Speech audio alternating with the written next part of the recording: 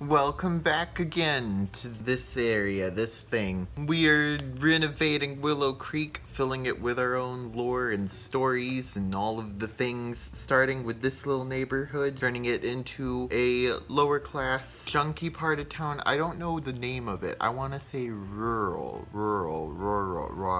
but that is not exactly correct. You'll notice this new area, this new house. We shall come and we will see. This is actually technically two different households, somewhat inspired by the Brady Bunch. The household that actually lives in this household is this man, Bernice Rangerat, also pronounced Rangerat or Rangerat. Is this man Bernice Rangerat? Nope, Rangerat. Or Rangerat, whatever you prefer. I go back and forth. It's a confusing name. He is a very calm, hipstery person. He is the person that lives in the tiny little house with his two children, Kent Rangerat, and you'll notice his coat. He is of the opposing basketball team from the Vorhand household. That's actually where I started with the process of making this family. I wanted to make sure and get another teenager in the other side. And then he has a little sister, Alice, who has no personality really, except she likes music and ballet, as you can see from the fact that she likes music and the ballet shoes. And then there is a second household that's actually going to live in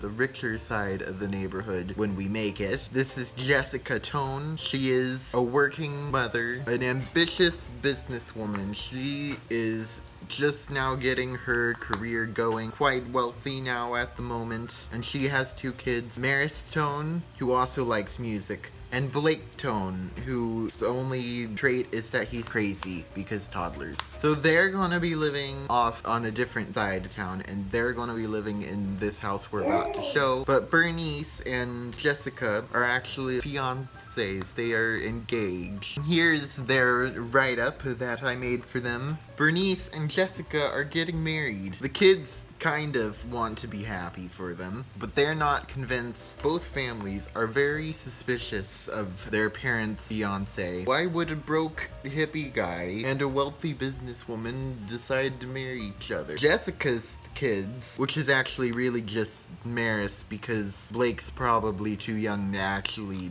have thoughts like this, but Maris thinks that Bernice is trying to get at her mom's money, while Kent and Alice both think that Jessica is only marrying him to get the property that they live on because it potentially maybe has oil underneath it. So the question that remains up in the air for everyone is, are Bernice and Jessica really in love, or does one of them have, or one or both of them have an ulterior motive? Personally, and I'm not canonizing this yet because we will play through and we will see how everything ends up then, but personally I think that they are just in love, but I do think that the kids' suspicion will lead them all to try to stop this wedding at any cost. And I think that might be enough to stop it, actually. Lots of different storylines that could happen with this household. We will see when we get there. But this is what's their last name? Rangerat.